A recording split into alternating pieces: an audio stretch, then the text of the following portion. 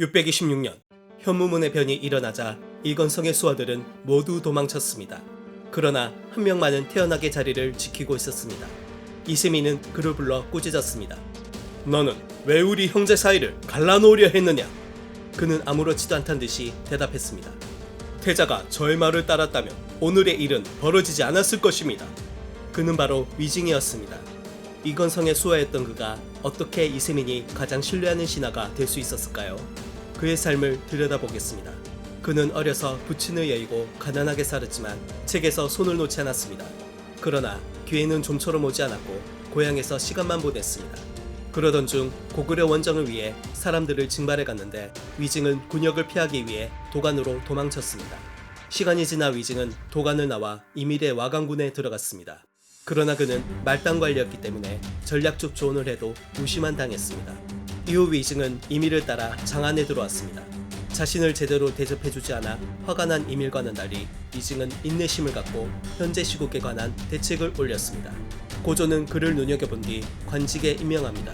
그는 산동 출신이라는 점을 살려 이밀과 두건덕이 사라져 혼란스러운 산동 지방을 수습하였고 그곳에 인재도 등용했습니다.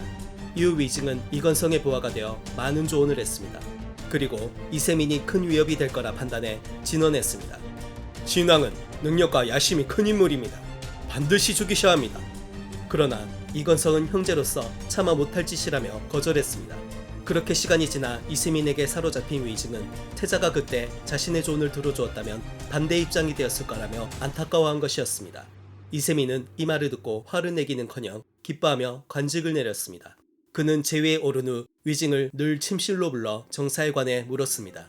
그는 무려 200여 건에 달하는 조언을 했고 이세민은 칭찬했습니다. 위징의 현 시국을 정확히 파악하고 제대로 된 의견을 낼 수 있었던 이유는 그가 밑바닥부터 올라온 사람이었기 때문이었습니다. 백성들의 고통스러운 삶을 몸소 체험했기에 그들이 원하는 것을 잘 알 수 있었습니다. 또한 그는 수나라가 망한 이유를 철저히 분석해 이세민에게 말했습니다. 쇠양제가 수문제로부터 막대한 유산을 받았음에도 실패한 이유는 동해 정치를 했기 때문입니다.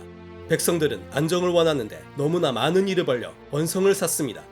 반면 우리는 그보다 훨씬 못한 상황임에도 태평성세를 누리고 있는데 이는 정의 정치를 했기 때문입니다. 나라가 안정되어 백성들은 생업에 집중할 수 있게 되니 결과는 당연한 겁니다. 이렇게 위징은 국정 운영에 큰 도움이 되었습니다.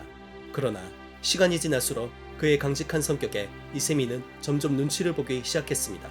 한날은 그가 사냥을 하러 나섰는데 급보가 왔습니다. 위징이 고향에 성묘를 갔다 돌아왔다는 것이었습니다. 이세민은 즉시 장안으로 돌아가자고 명했습니다. 그 일을 알게 된 위징이 이유를 묻자 그는 말했습니다. 자네가 비난할까봐 그냥 돌아왔네. 또 한 번은 그가 매 한 마리를 데리고 놀고 있었습니다. 그런데 멀리서 위징이 오는 것을 보고 황급히 매를 품 안에 숨겼습니다. 위징은 그에게 정사에 관해 말을 했는데 점점 시간이 길어졌습니다. 이세민은 초조해하면서도 들어줄 수밖에 없었습니다. 위징은 한참 뒤에야 떠났고 매를 다시 꺼냈을 땐 이미 질식해 죽은 뒤였습니다. 그러나 이것은 빙산의 일각이며 기록을 보면 이세민에게 직언하는 내용이 수없이 나옵니다.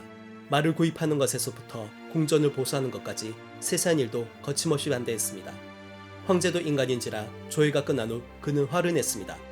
내 언젠가 그 촌뜨기 영감을 죽여버릴 것이다. 이 말을 들은 황후 장손씨가 연회 때 입는 조복으로 갈아입고 나와서는 절을 했습니다. 이세민이 놀라며 묻자 그는 말했습니다. 첩이 듣기론 군주가 명석하면 신하가 올바르다고 들었습니다. 지금 위징이 직언을 하는 것은 폐하께서 명석하기 때문입니다.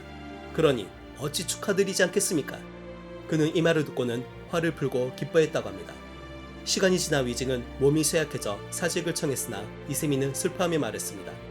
짐은 금광석이고 그대는 뛰어난 장인이요. 금광석은 장인이 가공할 때 비로소 가치 있게 되지 않소. 부디 사직을 거둬주시게. 위징은 눈물을 흘리며 사직을 철회했습니다.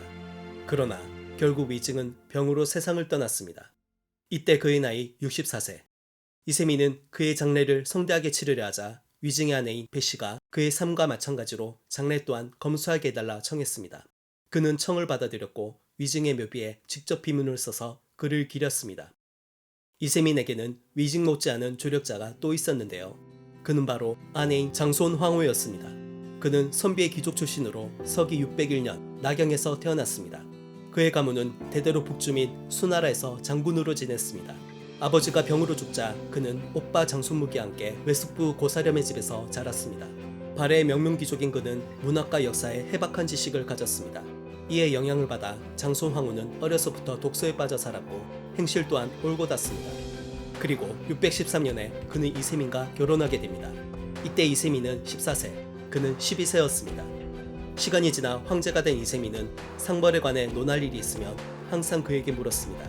그럴 때마다 황후는 겸손한 자세로 사양했고 이세민이 재차 물어보면 그때서야 의견을 냈습니다. 어느 날 이세민이 아끼던 말이 죽었습니다. 말에게는 아무런 병도 없었기에 그는 말을 관리하는 국인을 처형하라 명했습니다. 이때 황후가 간언했습니다. 춘추시대 때 제 나라의 안자는 제경공에게 말의 죽음으로 사람의 목숨을 빼앗으면 안 된다고 했습니다. 이 일은 폐하께서도 잘 아시지 않습니까? 이세민은 공인을 살려주었고 다시는 죄를 묻지 않았습니다. 장손 황후는 비빈들에게도 덕을 베풀었습니다. 병을 앓는 후궁이 있으면 자신의 여가 음식을 보내주며 위로했습니다. 심지어 후궁의 자식도 애정으로 키웠습니다. 예장공주는 어려서 생모를 잃었는데 장손 황후는 친자식보다 더 애정있게 키웠습니다. 그러나 친자식에게는 늘 엄하게 되었습니다. 한 번은 그의 아들이자 황태자인 이승건이 신분에 비해 필요한 도구가 부족하니 더 늘려달라 청했습니다. 그러자 황후는 그를 꾸짖었습니다. 마땅히 태자라면 명망이 드러나지 않음을 걱정해야지 어찌 도구 따위에 신경을 쓰는가? 황후는 중병에 걸렸을 때도 나란 일을 우선시했습니다. 이건성이 죄수를 사면시키고 사람들을 출가시켜 부처의 복을 받자고 청하자 그는 거절했습니다.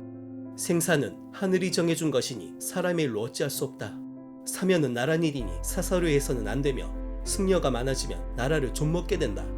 이세민과 대신들까지 재차 설득했지만 그는 국법을 어길 수 없다며 끝까지 거절했습니다. 그리고 636년 그는 병세가 악화되어 36세의 젊은 나이로 세상을 떠났습니다. 이세민은 궁궐 내에 높은 탑을 지어 그곳에 올라 황후가 묻힌 소릉을 바라보곤 했습니다. 한 번은 위징을 데리고 탑에 올라 소릉을 보여주었습니다. 그가 잘 보이지 않는다고 하자 이세민은 소릉의 위치를 다시 알려주었습니다. 그러자 위징은 말했습니다. 아, 소릉은 이미 보았습니다. 저는 폐하께서 고조가 계신 헐릉을 보시려는 줄 알았습니다. 아내는 이미 죽었으니 군주로서 나란 일에 집중하라는 위징의 뜻이었습니다.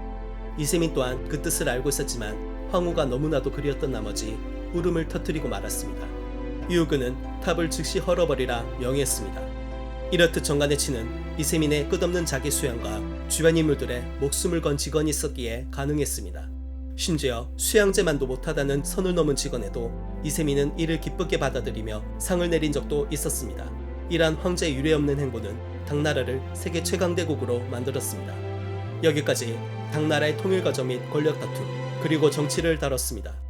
11화부터 마지막 15화까지는 대외전쟁을 그릴 예정입니다. 동도거를 시작으로 세역지방 그리고 고구려를 끝으로 마무리됩니다. 마지막까지 많은 관심 부탁드립니다.